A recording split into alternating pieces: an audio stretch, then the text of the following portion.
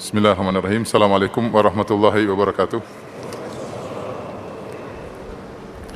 Alhamdulillahi al-ihsani wa syukru lahu ala taufiqihi wa amtinanihi wa ashhadu an la ilaha illallah wahdahu la syarika lahu ta'ziman li sya'nihi wa ashhadu anna Muhammadan abduhu wa rasuluhu ad-da'ila ridwanih. Allahumma salli alaihi wa ala alihi wa ashabihi wa ikhwanih.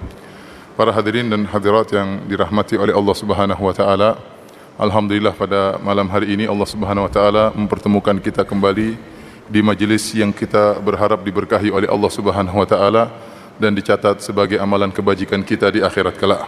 Salawat dan salam semoga senantiasa tercurahkan kepada junjungan kita Nabi Muhammad sallallahu alaihi wasallam dan juga kepada keluarganya serta seluruh sahabat beliau tanpa terkecuali.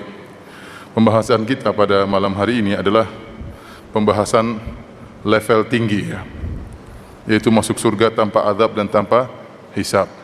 Dambaan setiap muslim. Siapa yang tidak ingin masuk surga tanpa azab dan tanpa hisab? Masuk surga saja adalah impian setiap mukmin. Apalagi masuk surga tanpa azab dan tanpa hisab.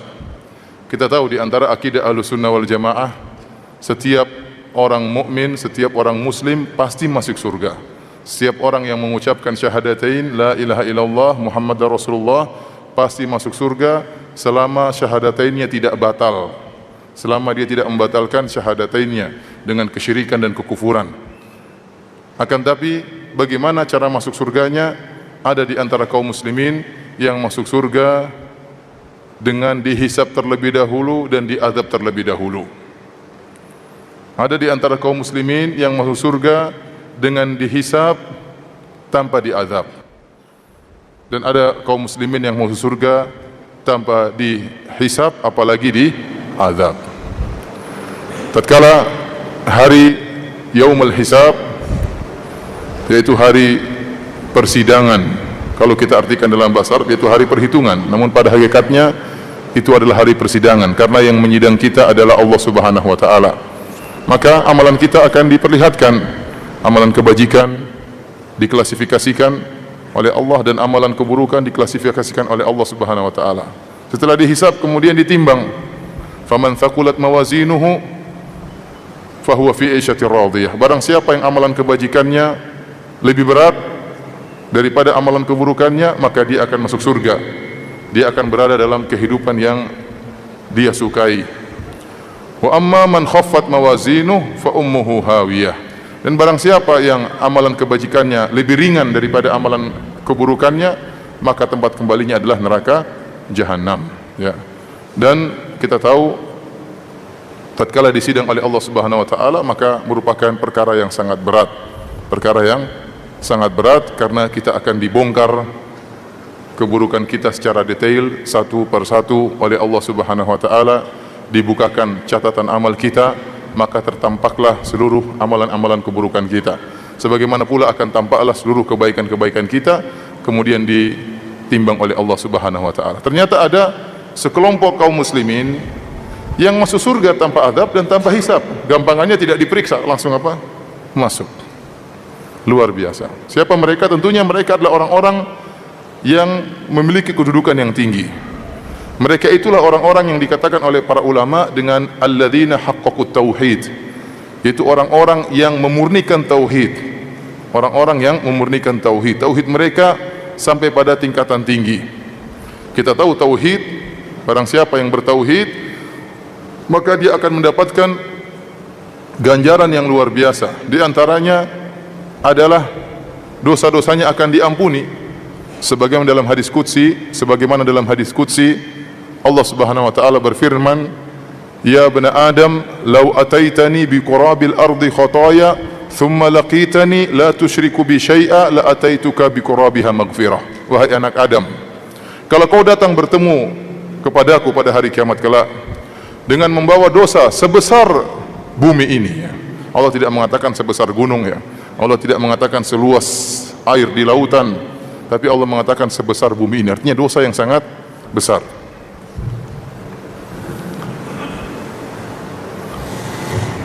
Meskipun dosa yang sangat besar, namun kata Allah Subhanahu wa taala, "Tsumma laqitani la tusyriku bi syai'a." kemudian kau menemuiku dalam kondisi tidak berbuat syirik sama sekali, tauhidmu murni sama sekali, kau tidak berbuat syirik, syirik besar juga tidak, syirik kecil juga tidak, la ataituka bi qurabiha maghfirah, maka aku akan menemui engkau dengan ampunan pula sebesar bumi ini. Ini dalil bahwasanya tauhid yang murni akan menghancurkan dosa-dosa, akan mendatangkan ampunan Allah Subhanahu wa taala. Hadis ini dikuatkan dengan hadis yang masyhur yang dikenal dengan hadis Sahibul Bitaqah, tentang kisah seorang yang memiliki sebuah kartu yang tertuliskan la ilaha illallah, ya, yu'ta birajulin min ummati yaumal qiyamah, kata Nabi SAW, dihadirkan pada hari kiamat salah seorang laki dari umatku disidang oleh Allah Subhanahu wa taala, fayanshuru lahu 99 sijillan kullu sijillin maddul basar, kata Rasulullah SAW. Kemudian Allah membentangkan 99 catatan amalnya, gulungan catatan amal. Setiap gulungan dibuka, maka sejauh mata memandang isinya maksiat, isinya maksiat. Dan ternyata ada 99 gulungan isinya maksiat semua. Setelah dibuka catatan amalnya, Allah bertanya kepada dia, hal tungkiru min hadza syai'an, adakah yang kau ingkari dari maksiat-maksiat yang pernah kau lakukan yang tercatat dalam catatan amal ini? Kata dia, la ya Rabb, tidak ada saya ingkari, saya akui semua. Maka Allah bertanya lagi, hal zalamaka katabati al-hafizun, wahai fulan, apakah para malaikatku yang ditugaskan mencatat mungkin berbuat zalim kepadamu, mungkin salah mencatat, ya, mungkin salah masukkan data, ya. Kata dia, la ya Rabb, tidak ada yang salah, semuanya benar. Kata Allah Subhanahu wa taala, afalaka udhrun am hasanah, apakah kau punya uzur ataukah kau punya kebaikan yang hendak engkau sampaikan? Kata dia, fayubhatur rajul, maka laki tersebut pun terdiam, dia tidak bisa jawab. Kata dia, la, tidak ada. Maka kata Allah, bala fa innalaka indana hasanah, kata Allah, enggak, kau punya kebaikan di sisi kami. Maka Allah keluarkan bagi dia sebuah kartu tertulis, sebuah kartu bitaqah tertulis la ilaha illallah Muhammadar Rasulullah, satu kebaikan. Maka orang ini bertanya, ya Allah, ma hadhihi al-bitaqah min hadhihi sijillat, ya Allah, ya Rabbi, apa manfaatnya satu kartu ini dibandingkan dengan 99 catatan amal? Maka diletakkanlah kartu la ilaha illallah di daun timbangan dan 99 catatan amal di daun timbangan yang lain. Fatashat hadhihi sijillat, ya, wa thaqulat al-bitaqah, maka akhirnya ternyata lebih berat la ilaha illallah. Kata Allah, innaka lan tuzlamal yaum, kau tidak akan dizalimi pada hari ini. Ternyata tauhid dia sangat kuat, sehingga tauhid ini akhirnya mengalahkan maksiat-maksiat yang pernah dia lakukan. Dan Ibnu Qayyim rahimahullah menyatakan, setiap muslim pasti memiliki kartu la ilaha illallah pada hari kiamat, akan tetapi kualitasnya tidak sama. Ya, meskipun setiap kita memiliki kartu la ilaha illallah, tidak semuanya memiliki kualitas yang kuat yang bisa menghancurkan dosa-dosa. Ini kekuatan tauhid bisa menghancurkan dosa-dosa. Nah, ada tingkatan yang lebih tinggi, yaitu seorang yang tidak berbuat kesyirikan dan tawakalnya tinggi. Tawakalnya tinggi menjadikan dia bukan hanya dihapuskan dosa-dosanya, bahkan dia masuk surga tanpa azab dan tanpa hisab. Masuk surga tanpa hisab, langsung masuk surga.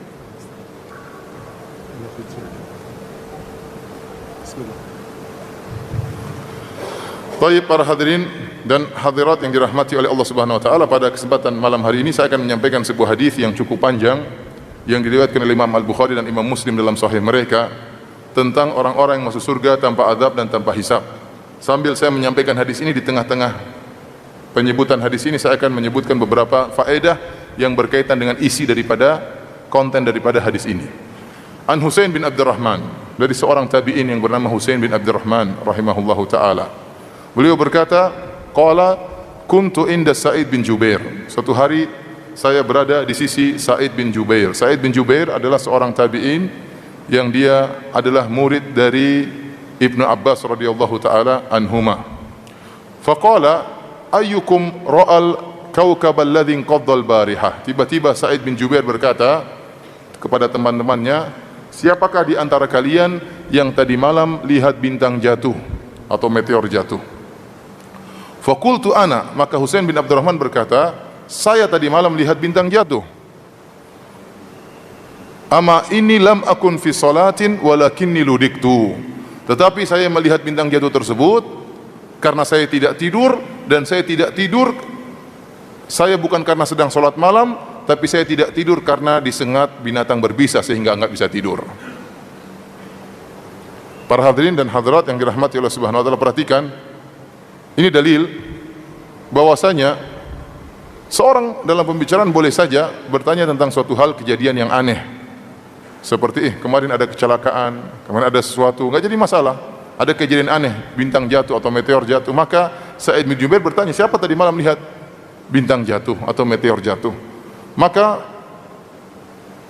Husain bin Abdurrahman mengatakan, saya lihat.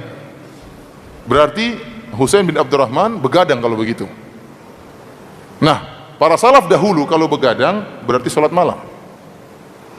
Tatkala dia begadang, dia berkata, saya begadang sehingga saya bisa lihat bintang jatuh, maka orang-orang pasti menyangka dia sholat malam. Maka supaya tidak disangka dia sholat malam, maka dia bantah, dia tepis persangkaan tersebut. Dia mengatakan, ama ini lam akun fi sholatin walakinni ludiktu. Saya tadi malam begadang bukan karena sholat malam, tapi karena enggak bisa tidur, disengat apa? Kalajengking. Jadi ini sifat para salaf dahulu. Jadi kalau mereka tidak tidur bisa dipastikan mereka sholat malam. Kalau kita belum tentu. Kalau kita tidak tidur bisa dipastikan nonton bola atau yang lainnya. Para salaf kalau tidak tidur sholat malam, sehingga supaya tidak disangka dia sholat malam, dia tepis persangkaan tersebut. Karena di antara sifat yang tercela adalah sifat ingin dipuji dengan apa yang tidak dilakukan. Sifat-sifat orang munafik. Kata Allah Subhanahu wa taala, yuhibbuna an yuhmadu bima lam yaf'alu. Mereka suka dipuji dengan apa yang mereka tidak lakukan. Maka jangan sampai orang menyangka antum lebih hebat daripada yang seadanya, ya, yang semestinya, yang hakikatnya. Kalau ada orang tanya sama antum, ya akhi, antum hafal Quran berapa juz? Kalau antum tidak punya hafalan, bilang aja baru juz 30, masih seperempat. Antum jangan bilang adalah berapa? Aduh, saya nggak pingin ria, padahal nggak ada hafalannya. Orang menyangka, wah ini hafalannya banyak, makanya dia nggak mau ria. Bilang aja nggak ada. Bilang aja, jangan buat orang menyangka anda lebih hebat daripada yang sungguhnya. Kalau orang kasih anda sumbangan, tolong kasih sumbangan bagi anak yatim. Jangan anda mengesankan bahwasanya itu dari kocek anda. Bilang ada orang nitip kepada saya, buat antum, ya saya hanya sekedar menyalurkan. Jangan buat orang menyangka bahwasanya uang dari anda.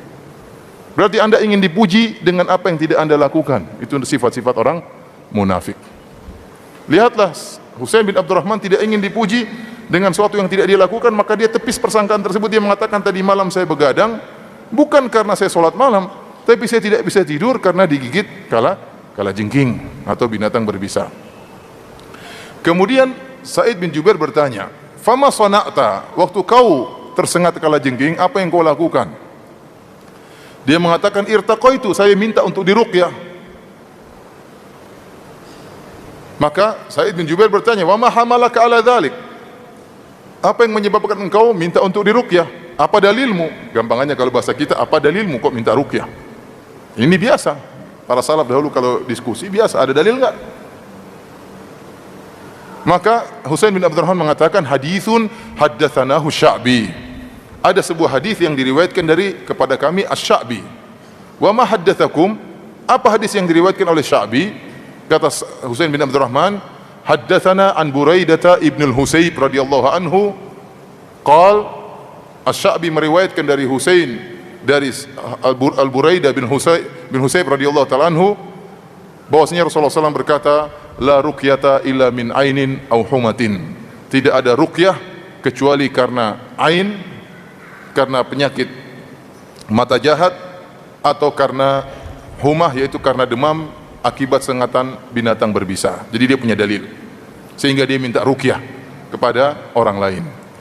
Nah, Sa'id bin Jubair sekarang ingin membantah Husain bin Abdurrahman, karena hadis tersebut menyebutkan tentang keutamaan ruqyah, tapi tidak dari sisi pendalilan, tidak ada dalil menunjukkan boleh atau tidak ada dalil menunjukkan dianjurkan minta ruqyah. Paham? Tapi hadis itu hanya Rasulullah SAW mengatakan, la ruqyata illa min ainin aw humatin. Tidak ada ruqyah yang paling manjur seperti buat penyakit ain dan penyakit demam karena disengat kalajengking. Ruqyah buat yang penyakit lain juga boleh, tapi yang paling manjur buat dua penyakit ini. Namun tidak ada dalam lafal hadis tersebut menyebutkan tentang keutamaan minta ruqyah kepada orang lain. Oleh karenanya Sa'id bin Jubair ingin membantah Husain bin Abdurrahman. Maka Sa'id bin Jubair berkata, "Qad ahsana man intaha ila ma qad sami'a." Sungguh baik orang yang melakukan ilmu yang telah sampai kepada dia. Dia puji. Jadi ini adab dalam membantah. Dia mengatakan, "Kau telah punya dalil, tetapi saya punya dalil yang membantah dalilmu." Kemudian dia mengatakan, "Walakin haddatsana Ibnu Abbas." Akan tapi Ibnu Abbas radhiyallahu taala anhuma, guru kami, menyampaikan kepada kami dari Rasulullah sallallahu alaihi wasallam bahwasanya Rasulullah sallallahu bersabda, "Uridat alayyal umamu." Dinampakkan padaku umat-umat. Disebutkan dalam riwayat yang lain yaitu tatkala Isra Mi'raj. Tatkala Isra Mi'raj, Rasulullah sallallahu diperlihatkan masa depan. Rasulullah SAW melihat ada sebagian wanita di neraka jahanam, ada seorang disiksa karena menyiksa kucing, ada seorang banyak. Rasulullah SAW melihat tentang masa depan. Di antara yang diperlihatkan kepada Nabi tatkala Isra Mi'raj tentang umat-umat yang akan dikumpulkan pada hari kiamat kelak. Kata Nabi SAW, "Uridat alayyal umamu." Ditampakkan padaku umat-umat, seluruh umat-umat bersama nabi-nabi mereka. "Fara'aitun nabiyya wa ma'ahu rajulu wa ma'ahu rahtu." Maka aku melihat ada seorang nabi, pengikutnya cuma ar-rahtu. Ar-rahtu dalam bahasa Arab itu bilangan 3 sampai 9. Entah 7 orang, entah 8 orang, entah 6 orang. Saya melihat seorang nabi, pengikutnya beberapa orang, gampangannya demikian. Wan nabiyya wa ma'ahu rajulu wa rajulani, dan aku melihat seorang nabi, pengikutnya cuma 1 orang dan 2 orang. Subhanallah, ada nabi pengikutnya cuma 1 orang, ada nabi pengikutnya cuma 2 orang. Yang lebih parah kata Nabi SAW, "Wan nabiyya wa laisa ma'ahu ahad." Ada seorang nabi tidak ada pengikutnya sama sekali, dia jalan sendirian. Ini dalil bahwasanya kebenaran tidak diukur dengan suara yang terbanyak, dengan pengikut yang terbanyak. Lihat para anbiya, di antara mereka ada yang pengikutnya banyak, ya, dan ada yang pengikutnya cuma beberapa orang, dan ada yang pengikutnya cuma 1 orang, dan ada pengikutnya 2 orang, dan ada pengikutnya tidak ada sama sekali. Lihatlah Nabi Nuh alaihissalam, ya, yang berdakwah 950 tahun. Alfasanatin ila khamsina ama, 950 tahun Nabi Nuh berdakwah. Kemudian dia berkata, "Inni da'autu qaumi lailan wa nahara." Aku mendakwahi kaumku siang dan malam, bukan cuma pada isya aja, ya. Siang malam berdakwah. Luar biasa Nabi Nuh dengan berbagai macam metode. Thumma inni da'autuhum jihara, terang-terangan. Terkadang israra, dengan secara sembunyi-sembunyi. Semua metode dilakukan oleh Nabi Nuh alaihissalam. Ya. Namun semakin beliau berdakwah semakin lari orang. Dan Allah berfirman, "Wa ma amana ma'ahu illa qalil." Dan tidak ada yang beriman kepada Nabi Nuh kecuali cuma sedikit. Sampai akhirnya mereka mengejek Nabi Nuh, mereka mendustakan Nabi Nuh. Sampai akhirnya Allah Subhanahu wa taala menyuruh Nabi Nuh alaihissalam untuk membuat kapal yang besar padahal tidak ada hujan sama sekali. Mulailah Nabi Nuh bikin apa? Kapal bersama umatnya. Datanglah kaumnya mengejek Nabi Nuh. "Wahai Nuh, sudah ganti pekerjaan, tidak berdakwah lagi, jadi tukang kayu sekarang." Diejek Nabi Nuh alaihissalam. Artinya apakah kita katakan Nabi Nuh gagal dalam berdakwah? Jawabannya tidak. Kenapa? "Innama alaikal balag."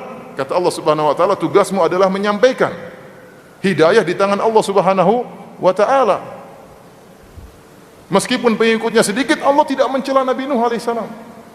Allah tidak mencela para nabi yang pengikutnya cuma 1, 2, beberapa orang, ada yang tidak punya pengikut sama sekali. Karena sebagian orang tatkala mereka berdakwah tidak ada pengikutnya, maka dia rubah cara dakwahnya. Pakai dangdutan misalnya, ya, supaya rame. Ya, misalnya. Memang rame. Orang-orang joget memang benar rame. Laki-laki perempuan kumpul ikhtilat, joget-joget, ya. Pengajian dengan dangdutan, ya. Apakah yang dibenarkan? Jawabnya tidak dibenarkan. Ini adalah talbisul haqq bil batil, mencampur adukan antara kebenaran dengan kebatilan. Tapi para hadirin Allah Subhanahu wa taala, dan ini tasliyah bagi Nabi, hiburan bagi Nabi, bahwasanya ternyata ada para nabi yang tidak punya pengikut sama sekali. Kemudian kata Nabi SAW, "Idrufi ali sawadun azimun." Tiba-tiba dinampakkan kepada aku jumlah yang besar. Fadhanantu annahum ummati. Nabi mengatakan saya menyangka itu adalah umatku, karena Rasulullah SAW tahu dikabarkan oleh Allah pengikutnya banyak. Rasulullah SAW melihat pengikut yang begitu banyak, kata Rasulullah SAW, aku menyangka itu umatku. Faqila li hadha Musa wa qaumuhu. Maka dikatakan kepadaku itu bukan umatmu, tapi itu umatnya Nabi Musa bersama Nabi Musa alaihissalam. Ini dalil bahwasanya umat terbanyak setelah umat Islam adalah umat Nabi Musa. Dalam riwayat dikatakan kepada Nabi, unzur ilal ufuq, lihatlah kepada cakrawala yang lain. Tiba-tiba sawadun azim, tiba-tiba terlihat jumlah yang sangat banyak yang menutupi cakrawala. Dikatakan hadhihi ummatuk, inilah umatmu wahai Muhammad sallallahu alaihi wasallam. Kemudian Rasulullah SAW mengatakan kepada para sahabat tatkala menyampaikan hadis ini, kata Rasulullah SAW, wa ma'ahum sab'una alfan yadkhuluna al-jannata bighairi adzabin wala hisab. Di antara umatku ada 70.000 orang yang masuk surga tanpa azab dan tanpa hisab. Thumma nahadha fadakhala manzilahu. Setelah Rasulullah SAW sampaikan kepada para sahabat, di antara umatnya ada 70.000 orang masuk surga tanpa hisab dan tanpa azab, Rasulullah SAW bangkit dari duduknya, lantas beliau masuk dalam rumahnya. Fakhadhan nasu fi ulaik. Setelah Rasulullah SAW masuk dalam rumahnya, mulailah para sahabat bercengkrama di antara mereka, berdiskusi, siapa sih 70.000 orang tersebut? 70.000 orang banyak atau sedikit? Banyaklah daripada 20. Tapi sangat sedikit, sangat sedikit. Untuk bayangkan kaum muslimin yang pernah hidup sejak zaman Nabi Muhammad SAW 1.500 tahun yang lalu, yang pernah hidup, yang sekarang sudah meninggal, yang sedang hidup sekarang berapa saja? Yang sedang hidup sekarang berapa kaum muslimin? Ada 1 miliar enggak? 2 miliar? 1, berapa jumlah kaum muslimin sekarang? 1, berapa? 1,5? Mungkin kira-kira 1,5 miliar. Belum yang akan hidup. Kalau digabungkan 70.000 sangat sedikit. Memang karena mereka ini orang-orang spesial yang masuk surga tanpa azab dan tanpa hisab. Maka berbincanglah orang-orang tatkala itu, siapakah 70.000 orang ini? Faqala ba'dhum, ada yang berkata, fala'allahumul ladzina sahibu Rasulullah. Bisa jadi 70.000 orang tersebutlah orang-orang yang merupakan sahabat Nabi, yaitu sahabat pertama, kaum Muhajirin, kaum Ansar. Sahabat Nabi, karena mereka tahu kedudukan para sahabat Nabi yang telah berjuang, meninggalkan harta, meninggalkan tanah kelahiran mereka, meninggalkan kampung halaman mereka demi untuk menolong Nabi SAW dan demi untuk menolong Allah Subhanahu wa taala. Mereka tahu kedudukan para sahabat Nabi SAW. Kemudian ada yang mengatakan fala'allahumul ladzina wulidu fil Islam wa lam yusyriku billahi syai'a. Mungkin 70.000 orang itu adalah orang-orang yang sejak awal lahir dalam kondisi Islam, kemudian tidak pernah berbuat syirik sama sekali. Wa dzakaru asya'a. Lalu mereka sebutkan tafsiran-tafsiran yang lain. Fa kharaja alaihimun nabi sallallahu alaihi wasallam, maka Nabi keluar dari rumahnya, fa akhbaruhu, maka mereka kabarkan kepada Nabi, ya Rasulullah, kami tadi berdiskusi tentang siapa 70.000 orang tersebut. Maka Nabi SAW menjelaskan siapa 70.000 orang tersebut. Siapakah 70.000 orang tersebut? Kata Rasulullah SAW, humul ladzina la yastarqun wa la yaktawun wa la yatatayyarun wa ala rabbihim yatawakkalun. Mereka adalah orang-orang yang tidak pernah minta untuk diruqyah. Mereka adalah orang-orang yang tidak pernah berobat dengan menggunakan besi yang dipanaskan, pengobatan kai. Mereka adalah orang-orang yang tidak pernah bertatoyur, yaitu mengkait-kaitkan nasib sial dengan suatu yang dilihat, dengan suatu yang didengar, dengan angka tertentu, dengan bilangan tertentu, dengan hari tertentu, dengan tahun tertentu, dengan bulan tertentu. Wa ala rabbihim yatawakkalun, dan mereka bertawakal kepada Rabb mereka. Jadi 4 sifat yang disebut oleh Nabi tentang 70.000 orang yang masuk surga tanpa azab dan tanpa hisab. Faqama Uqasyah bin Mihsan. Berdirilah seorang sahabat bernama Uqasyah bin Mihsan. Dia mengatakan, ya Rasulullah, ud'ullaha an yaj'alini minhum. Ya Rasulullah, doakanlah aku kepada Allah agar aku termasuk mereka. Kata Nabi, anta minhum. Kau termasuk dari 70.000 orang. Oleh karenanya kita katakan Uqasyah pasti masuk surga tanpa azab dan tanpa hisab. Coba kalau kita hadir tatkala itu, kita, ya Rasulullah, saya juga. Ya Rasulullah, saya panitia ya Rasulullah. Saya ustaz ya Rasulullah. Kita memang ada, Rasulullah sudah meninggal, sudah selesai urusan. Faqama rajulun akhar, setelah Uqasyah dikatakan oleh Nabi, kau termasuk dari golongan mereka, dan benar Uqasyah akhirnya mati syahid. Dan ini sudah jelas masuk surga tanpa adab, tanpa hisab. Faqama rajulun akhar, berdiri seorang laki yang lain, kemudian dia berkata, ya Rasulullah, ud'ullaha an yaj'alani minhum. Ya Rasulullah, doakan saya juga agar termasuk dari 70.000 orang tersebut. Maka Rasulullah SAW mengatakan, sabaqaka biha Ukasyah. Kamu sudah kedahuluan Ukasyah. Kamu sudah kedahuluan apa? Ukasyah. Dan ini menunjukkan cerdasnya Nabi SAW. Hadis ini riwayat Al-Imam Al-Bukhari dan Al-Imam Muslim, hadis sahih. Kenapa saya katakan Rasulullah SAW cerdas? Ya, karena Rasulullah SAW menjawab dengan jawaban yang tidak menyinggung hati orang yang minta tadi. Coba kalau Rasulullah SAW mengatakan, ya kamu juga, satu lagi, ya Rasulullah saya juga, ya kamu juga, satu lagi, ya Rasulullah saya juga, kamu tidak, waduh, coba, mutung bisa jadi apa? Coba, kamu tidak, kira-kira mutung, tidak mutung, kasihan. Maka Rasulullah SAW menutup pintu celah, jangan sampai ada orang yang tidak termasuk 70.000 orang kemudian mengatakan saya juga Rasulullah, supaya tidak ditanya-tanya lagi. Maka Rasulullah SAW tolak dengan cara yang halus. Kata Rasulullah SAW, sabaqaka biha Ukasyah. Kamu sudah kedahuluan siapa? Ukasyah. Ini cara jawaban Nabi yang sangat halus. Dan ini mengingatkan saya kepada Syekh Abdul Razak hafizahullah ta'ala. Suatu hari Syekh Abdul Razak mengisi pengajian, dan biasa tatkala pengajian ada qari'nya, ada yang baca buku kemudian Syekh jelaskan. Satu hari yang baca buku ini bacaannya amburadul, nahwunya enggak benar, bacaannya salah, ya, sering salah. Yang harusnya fathah di dhammah, yang harusnya dhammah di fathah. Dan dalam bahasa Arab itu kalau dirubah fathah atau dhammah bisa merubah makna. Bisa merubah apa? Makna. Kalau saya katakan daraba Muhammadun Zaidan, artinya Muhammad sekarang dhammah, berarti dia subjek. Muhammad mukul Zaidan, Zaidan itu fathah, berarti dia maf'ul, objek. Muhammad mukul Zaid. Tapi kalau saya baca terbalik, daraba Muhammadan Zaidun, berarti Muhammad dipukul oleh Zaid. Bisa berubah makna. Dan ini pengaruh dalam bahasa Arab. Nah, orang ini baca salah-salah, harokatnya keliru-keliru, kita yang dengar gelisah.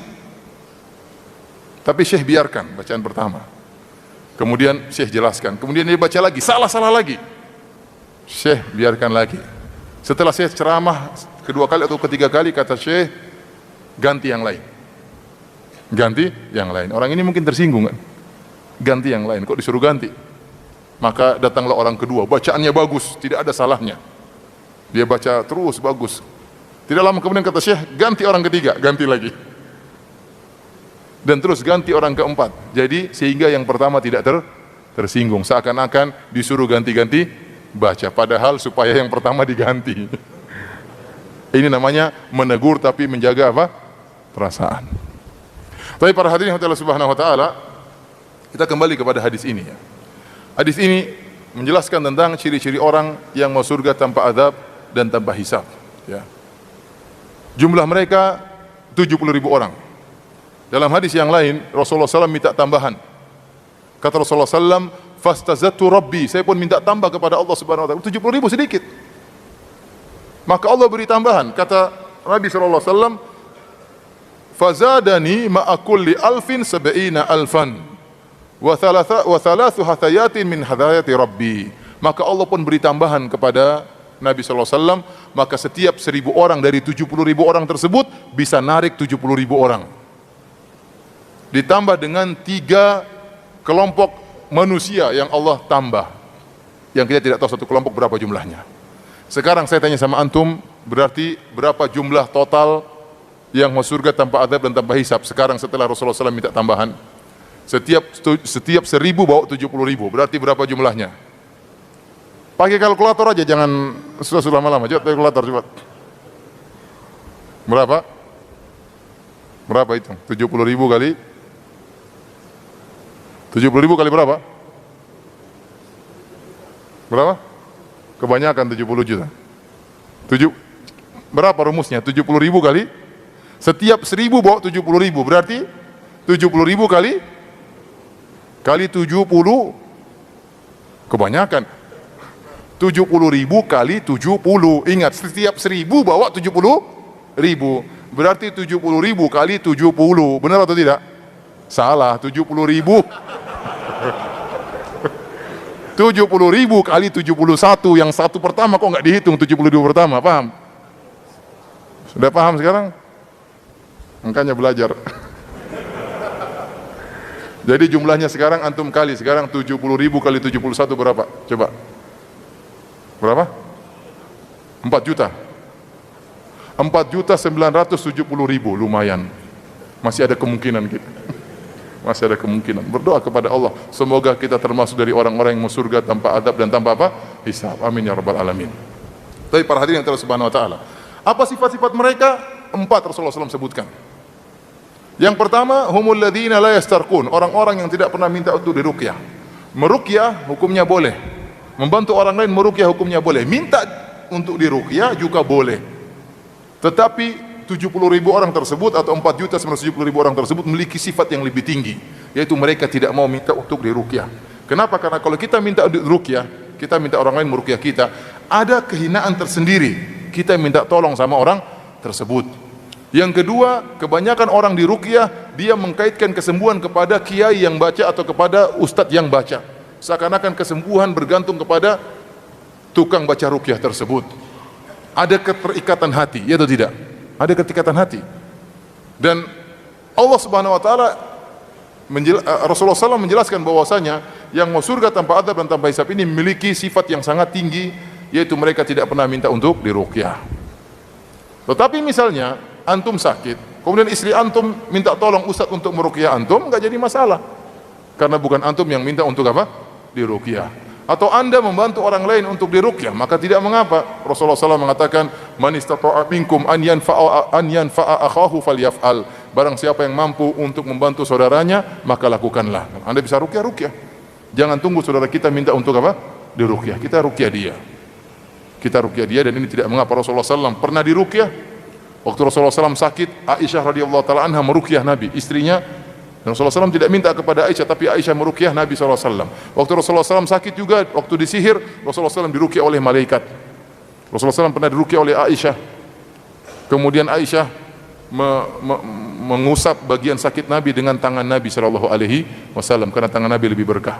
Dan Rasulullah SAW pernah juga meruqyah. Rasulullah SAW meruqyah Hasan dan Husain, mendoakan Hasan dan Husain. Dan banyak ruqyah-ruqyah Nabi SAW. Jadi yang jadi pembahasan kita bahwasanya sifat-sifat orang tersebut yang masuk surga tanpa adab dan tanpa hisab, mereka tidak pernah minta untuk diruqyah. Adapun meruqyah tidak jadi masalah, atau diruqyah tanpa meminta juga tidak jadi masalah. Kenapa? Tatkala meminta ruqyah ada nilai ketundukan dan ada nilai ketergantungan dengan orang yang kita minta untuk ruqyah. Ciri yang kedua, kata Nabi SAW, wala yaktahun, yaitu mereka tidak pernah berobat dengan besi yang dipanaskan. Istilahnya pengobatan dengan al-kai, dan pengobatan ini masih ada sampai sekarang di Madinah masih ada. Dahulu orang-orang Arab dahulu meyakini kalau sudah pengobatan dengan kai pasti sembuh. Maka mereka punya istilah pepatah yang mengatakan akhirud dawa al-kai. Obat yang terakhir adalah al-kai. Memang dia sakit, panas, karena besi yang dipanaskan ditempelkan kepada tempat sakit. Namun biasanya sembuh. Sehingga sebagian orang berkeyakinan pokoknya kalau sudah dikai sembuh, sehingga mereka terkadang lupa bahwasanya yang menyembuhkan adalah Allah Subhanahu wa taala. Dan di situ juga ada penyiksaan terhadap tubuh. Kenapa? Karena besi dipanaskan kemudian ditempelkan pada tubuh, dan ini tidak diinginkan oleh syariat. Dan hukum kai itu boleh, tetapi barang siapa yang melakukannya maka dia turun dari derajat orang-orang yang masuk surga tanpa adab dan tanpa hisab. Oleh karenanya, ya, lihat Rasulullah SAW tidak ingin, kalau ingin mencapai derajat yang tinggi, jangan sampai anda mengikatkan kesembuhan anda kepada seorang kiai. Yakinlah menyembuhkan siapa? Allah Subhanahu wa taala. Dia baca boleh, tapi yang menyembuhkan Allah Subhanahu wa taala. Nah, kalau kesembuhan saja tidak boleh kita ikatkan hati kita kepada kiai, apalagi masuk surga. Kemudian seorang menyangka kalau saya sudah mencium tangan kiai tersebut saya dapat berkah kemudian masuk surga. Kalau saya sudah bisa makan siang sama kiai tersebut kemudian masuk surga. Oh, saya kemarin jalan-jalan sama ustaz. Jalan-jalan di mana? Di Dufan. Emang kalau jalan-jalan di Dufan masuk surga sama ustaz? Ya. Karena sebagian orang senang mungkin dengan dekat dengan ustaz atau dengan kiai, wajar. Tapi tidak ada jaminan anda dekat dengan kiai, dengan ustaz kemudian ente mau surga, enggak ada jaminan. Kalau anda tidak mengamalkan ajaran-ajaran yang disampaikan oleh ustaz tersebut. Ya. Oleh karena sebagian orang terkadang jual berkah, ya. Orang-orang datang berkumpul, kemudian sampai ada yang membuka perutnya untuk dicium, ya. Kenapa? Karena berkah. Orang-orang tersebut nekat. Kenapa? Seakan-akan dia merasa kalau sudah cium berkah tersebut, kayaknya langsung apa? Surga. Ini tidak boleh. Jangankan masalah mau surga, masalah penyembuhan saja kita harus ikatkan kepada siapa? Allah Subhanahu wa ta'ala. Apalagi mau surga urusan Allah. Nabi SAW tidak bisa memberi hidayah kepada pamannya Abu Talib, padahal sangat dicintai oleh Nabi SAW. Tapi para hadirin dan hadirat yang dirahmati Allah Subhanahu wa ta'ala, ini sifat kedua. Yang pertama, mereka tidak minta diruqyah. Yang kedua, mereka tidak minta untuk diobati dengan besi yang dipanaskan. Dan yang ketiga, wala yatatayyarun, mereka tidak pernah mengkait-kaitkan nasib sial dengan suatu yang dilihat atau dipandang atau didengar, atau hari tertentu atau bulan tertentu atau tempat tertentu. Dan at-tatayyur, kata Rasulullah SAW dalam hadis, at-tiyaratu syirkun, at-tiyaratu syirkun, at-tiyaratu syirkun. Tatayyur itu syirik, tatayyur itu syirik, tatayyur itu syirik. Tatayyur diambil dari kalimat ta'ir. Ta'ir artinya burung. Dahulu orang-orang musyrikin jahiliyah, kalau mereka hendak pergi, mereka mencari jenis burung tertentu, kemudian mereka lepas atau mereka usir. Kalau tatkala mereka lepas burung tersebut terbang ke kanan, mereka lanjutkan proyek mereka, mereka bersafar. Tapi kalau burung tersebut ternyata terbangnya ke kiri, nggak jadi safar. Kenapa? Tatkala burung tersebut terbang ke kanan berarti nasib mujur. Kalau burung tersebut terbang ke kiri berarti nasib apa? Sial. Nah kalau burungnya nggak terbang-terbang, jadiin sate aja. Jadi para hadirin dan hadirat yang dirahmati oleh Subhanahu wa ta'ala, ini keyakinan orang-orang jahiliyah, mengkaitkan nasib sial dan nasib mujur dengan seekor burung. Dan tidak masuk akal. Apa hubungannya burung terbang ke kanan kemudian nasibmu mujur? Apa hubungannya? Apa kaitannya kalau burung terbang ke kiri kemudian kau nasibnya sial? Nggak ada hubungannya. Ini disebut dengan tatayyur, kemudian digunakan dalam istilah yang lebih luas, yaitu menganggap nasib sial terhadap hari tertentu, terhadap bulan tertentu, terhadap burung tertentu, terhadap hewan tertentu, terhadap tempat tertentu. Seperti, dan ini banyak sekali terjadi di masyarakat kita, seperti seorang menganggap adanya hari sial, hari buruk. Contoh, ada dua orang ingin menikah. Lelakinya lahir pada tanggal 17 hari Rabu Pahing misalnya. Istrinya lahir tanggal 13 Jumat Kliwon misalnya. Ini tidak bisa langsung nikah begitu saja kalau menurut sebagian orang, harus dihitung dulu.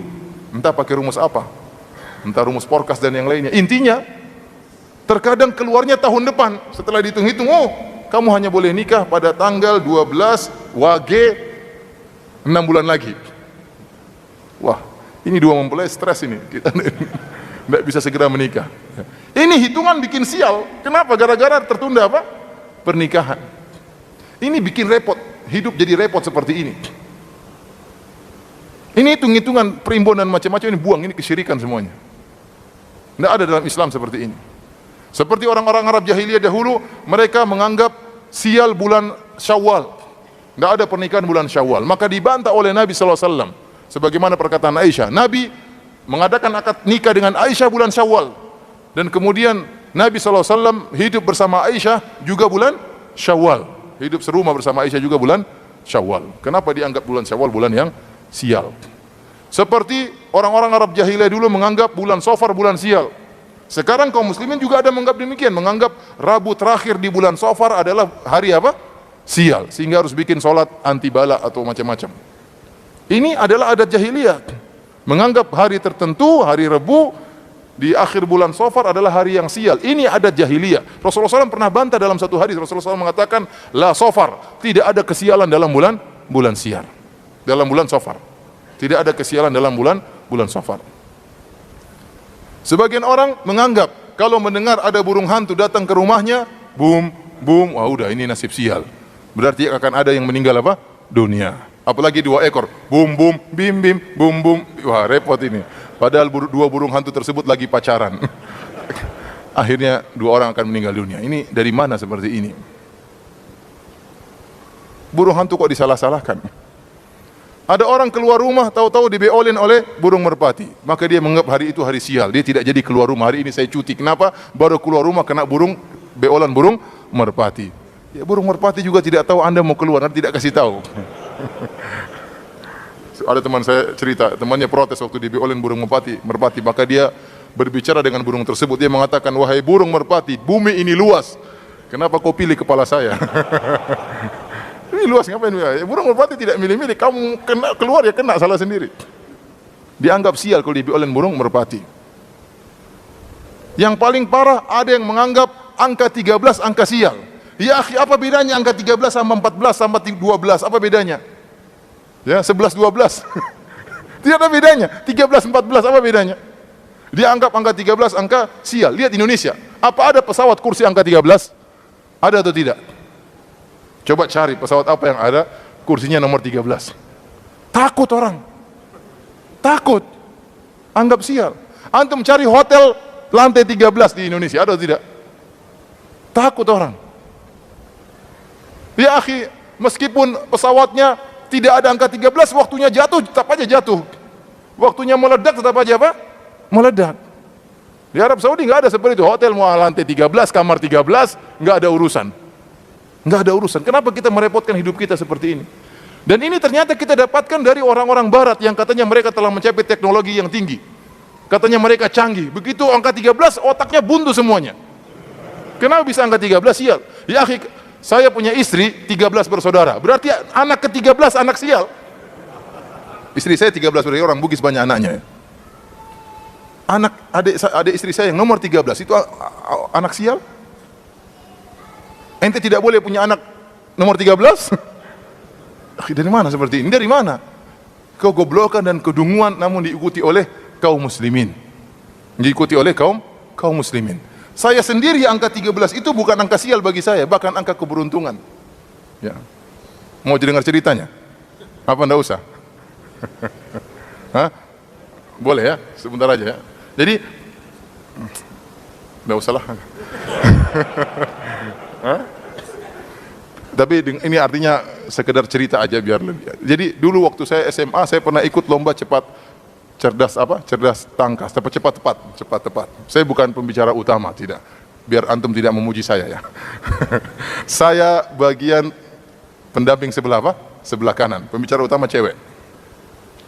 Sampailah kita pada babak final tingkat kabupaten maksudnya. Waktu itu ada saingan kita orang dari sekolah Kristen. Akhirnya mereka main curang. Kenapa? Harusnya ada suatu pertanyaan kita menang, namun kita disalahkan. Di antara pertanyaan tersebut waktu itu, apakah suatu jenis cacing disebutkan, saya lupa, cacing apa yang ada pada sapi? Cacing apa? Cacing sapi. Intinya ada cacing, kalau di babi kan cacing pita ya. Kalau di sapi cacing apa? Hah? Cacing sapi, oke cacing sapi lah. Intinya, saya lupa nama cacingnya. Intinya ditanya, cacing ini berada di hewan apa? Maka segera kita pijit bel, kita jawab. Juru bicara saya mengatakan cacing ada di sapi. Kata orangnya kurang 100. Kok kurang 100? Kok bisa kurang 100 padahal benar? Kata dia, Anda tidak menjelaskan di mana di sapi tersebut. Apakah di dagingnya? Kan bisa jadi di tulangnya. Jadi mereka main curang. Tidak mau kita Islam yang apa? Yang menang. Ya sudah tahu cacing, ngapain cacing di tulang ya?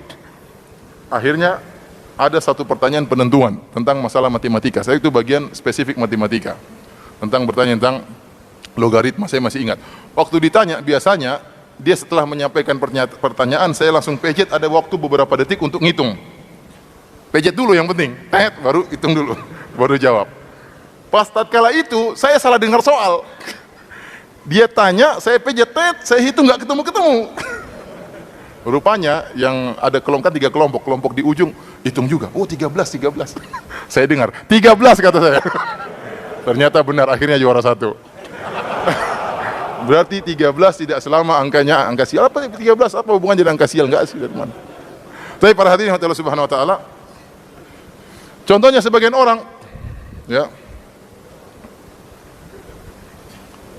ada orang baru keluar rumah misalnya, atau misalnya baru buka toko, begitu buka toko pertama kali orang yang beli matanya buta. Waduh sial.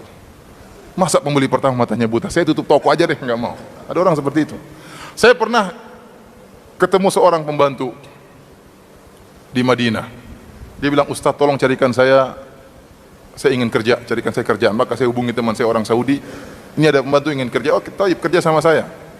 Maka saya bilang, Mbak ini ada teman saya, silakan Mbak kerja di rumahnya. Besok mulai kerja Mbak hari Sabtu.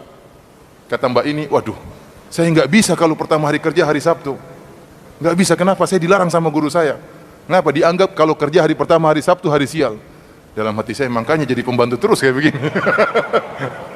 Ya, apa hubungannya kalau kerja pertama hari Sabtu, hari sial? Orang Saudi dahulu hari pertama kerja mereka hari apa? Sabtu. Mereka liburnya dulu Kamis Jumat, hari pertama kerja hari Sabtu. Apakah mereka semua sial? Dari mana? Ini dari mana seperti ini? Menyusahkan hidup, merepotkan hidup, dan memundurkan orang seperti ini caranya. Disebutkan ada seorang raja, dia keluar dari istananya. Waktu dia keluar dari pagar istana, dia ingin berburu atau berjalan-jalan, dia melihat ada seorang yang buta. Maka dia mengatakan, ini sial orang buta ini, penjarakan orang buta tersebut supaya saya tidak sial. Maka dipenjarakanlah orang buta tersebut. Lantas sang raja pergi, kemudian balik di sore hari. Setelah balik, dia kemudian membebaskan orang buta tersebut. Kemudian dia mengatakan alhamdulillah, ya.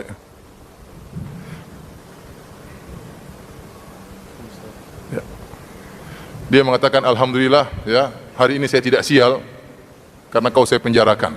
Kata orang buta tersebut, justru Anda yang bikin saya sial hari ini. Saya dipenjara gara-gara apa salah saya, kenapa saya di penjara? Sebenarnya yang bikin sial siapa? Jadi intinya para hadirin Allah Subhanahu wa taala, ini namanya tatoyur, dan ini banyak beredar di tanah air kita, ya. Barang siapa yang punya keyakinan tatoyur seperti ini, tidak termasuk dari 70.000 orang yang masuk surga tanpa azab dan tanpa hisab. Contoh di tanah air kita yang paling banyak seperti orang meyakini kalau nabrak kucing bakalan sial. Sampai saya kemarin ditanya, Ustadz, menurut keyakinan kita kalau kita nabrak kucing, kita harus buka kaos dalam kita. Kemudian kita jadikan kain kafan buat kucing tersebut. Terus ditahlilin maksudnya. Udah kasih kain kafan, kenapa harus kain kafan sama apa? Kucingnya. Saya bilang, tidak ada kesialan dalam Islam kecuali karena maksiat. Di Islam itu nggak ada sial, nggak ada namanya tempat sial, nggak ada namanya hari sial, nggak adanya angka sial.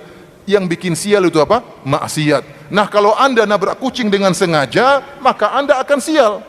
Sebagaimana seorang wanita masuk neraka jahanam, kata Nabi SAW, dakhalat imra'atun naro fi hirratin habasatha hatta matat, la hiya akalatha wa la hiya tarakatha wa la hiya at'amatha wa la hiya tarakatha ta'kulu min khashashil ard. Kata Nabi SAW, seorang wanita masuk neraka jahanam gara-gara seekor kucing yang dikekang sampai akhirnya mati kucing tersebut. Tidak dia kasih makan kucing tersebut, dan dia tidak lepaskan kucing tersebut, mencari makan sendiri. Akhirnya masuk neraka jahanam. Nah, kalau Anda waktu naik mobil sengaja nabrak kucing, ya itu celaka namanya, itu sial namanya karena Anda bermaksiat. Tapi kalau Anda nggak sengaja, maka tidak dikatakan nasib sial. Ya kalau Anda nabrak kucing, qadarullah. Ya Anda pindahkan kucing tersebut agar tidak mengganggu di jalanan, pindah ke tempat misalnya tempat sampah atau dikuburkan, nggak jadi masalah. Ya sebagai untuk kebersihan, namun tidak perlu buka apa kaos dalam. Ada-ada saja ya. Di Saudi kucing ditabrak sangat sering. Hampir sering, tiap hari mungkin kita lihat kucing ditabrak. Kenapa? Orang-orang Saudi kalau bawa mobil kenceng-kenceng, nah kucingnya pernah nggak lihat-lihat, keprak sering. Ya mereka nggak tahu. Saya sendiri pernah naik mobil dengan teman saya nabrak kucing. Nggak tahu kucingnya main di lampu merah ya ketabrak. Terus bagaimana? Mau kita turun orang mobil dari nanti ada petugas kebersihan yang mengambil kucing tersebut. Apakah dikatakan sial? Tidak, namanya nggak sengaja. Bayangkan tabrak kucing di tanah haram. Apa sialnya kayak apa? Ini cuma tabrak kucing cuma sekitar sini di Bekasi, Jakarta. Apa hubungannya? Ini tabrak kucing di tanah haram juga tidak sial karena tidak sengaja. Kalau sengaja itulah maksiat, karena kita katakan tidak ada kesialan kecuali bersama kemaksiatan. Kalau Anda melakukan maksiat, Anda akan sial. Entah sial di keluarga, entah sial dalam pekerjaan, ya. Pokoknya sial. Kenapa? Maksiat mendatangkan apa? Kesialan. Tapi para hadirin dan hadirat yang dirahmati Allah Subhanahu wa taala, sifat yang ketiga tidak bertatoyur.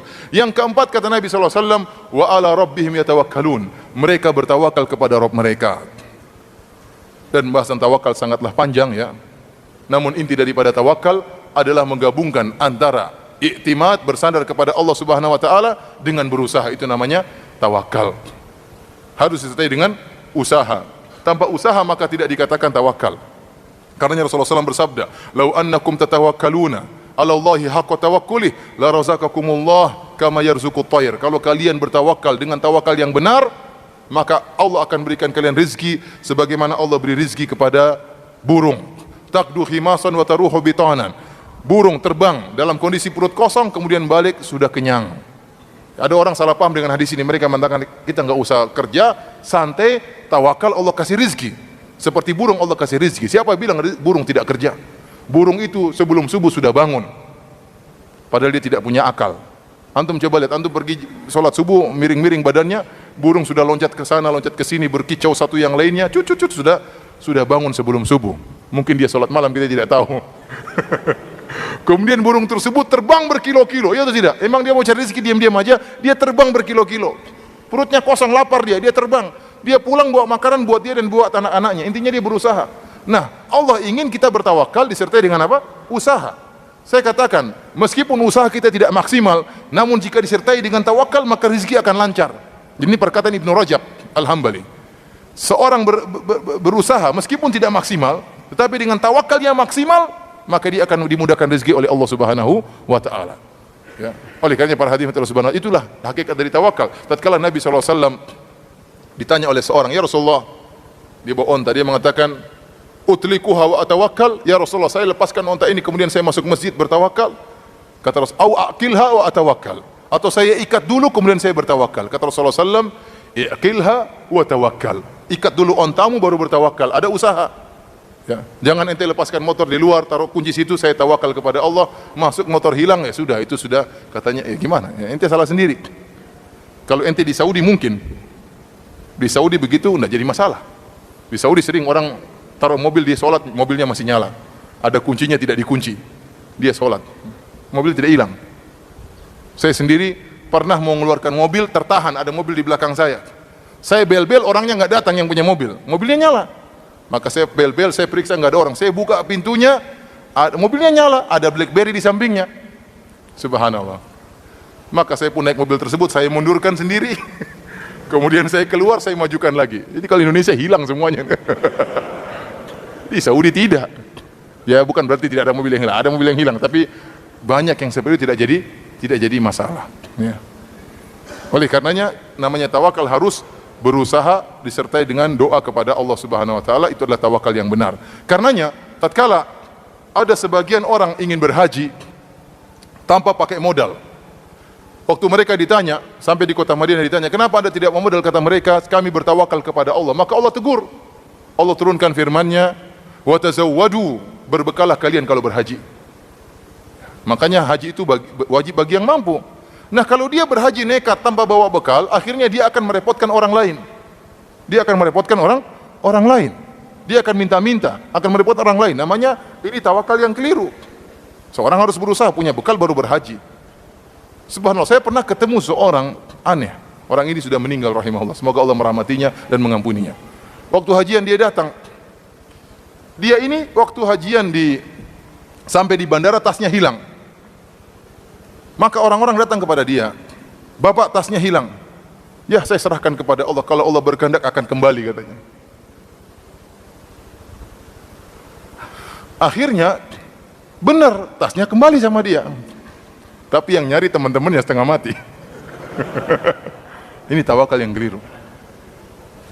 Sebenarnya waktu dia ngobrol sama saya, dia bilang, "Ustadz, saya ini selalu dimudahkan oleh Allah, selalu pas." Akhirnya ada temannya jengkel nyeletuk, "Ente gimana kemarin pas? Waktu kemarin saja salah naik bis. Kenapa dibilang pas terus?" Orang ini ceritanya, dia zikir terus di Masjid Nabawi, istrinya mau pulang tidak dia temani, suruh pulang duluan. Ini kan salah. Saking rajin ibadahnya, tidak mau pulang, istrinya pulang duluan. Akhirnya waktu pulang sudah ada bis untuk ziarah kota Madinah, bis dari kloter ini, semua naik. Dia ketinggalan, mau tunggu dia nggak pulang-pulang. Akhirnya bisnya apa? Pergi. Akhirnya dia pulang tidak ada bis, bingung dia. Tahu-tahu ada bis kelompok lain, kasihan sama dia, dipanggil. Maka temannya nyeletuk, "Itu kayak kamu tuh merasa pas terus, kenapa kemarin salah naik bis?" Kata dia, "Itu bis disiapkan oleh Allah untuk saya." Jadi cara berpikirnya aneh. Lo ente disiapkan bis tapi istri ente sama orang lain gimana? Tawakal yang ngawur seperti itu, namanya tawakal harus ada usaha. Para hadirin dan hadirat yang dirahmati Allah Subhanahu wa taala, jadi seorang diajarkan untuk bertawakal dalam segala hal. Antum akan bahagia kalau antum bertawakal. Kenapa? Oleh karenanya Rasulullah SAW menyuruh kita berdoa dari awal bangun tidur sampai bangun tidur lagi. Kenapa kita disuruh untuk senantiasa bersandar kepada Allah? Keluar rumah ada doanya, Bismillahi tawakkaltu ala Allah, la haula wala quwata illa billah. Allahumma inni a'udzubika an adhil, au udhal, au azil, au uzal, au azlim, au uzlam, au ajhal, au jala alayya. Doa keluar rumah. Doa masuk pasar ada. Doa masuk masjid, doa keluar masjid, doa kembali masuk dalam rumah, doa mau tidur, ada doanya.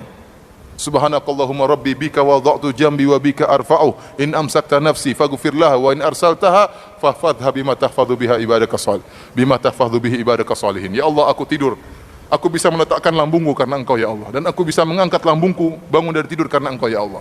Jika tatkala aku tidur kau tahan nyawaku, tidak kembalikan lagi, maka ampunilah nyawaku. Dan jika kau kembalikan lagi nyawaku, maka jagalah nyawaku sebagaimana kau menjaga orang-orang yang saleh. Di antara doa Nabi tatkala mau tidur, kata Rasulullah SAW, wa fawwadtu ilaika amri, aku serahkan urusanku kepadamu ya Allah. Rasulullah SAW tidur. Jadi dari bangun tidur sampai tidur kembali diajarkan doa, dan doa-doa inilah yang membiasakan kita untuk bertawakal kepada Allah. Kalau kita tidak hafal doa, minimal kita bilang apa? Bismillah. Minimal apa? Bismillah. Mau naik motor lupa doa naik motor, bilang apa? Bismillah. Semuanya bismillah kalau kita tidak tahu doanya, karena itu kalimat apa? Keberkahan, minta tolong kepada Allah Subhanahu wa taala.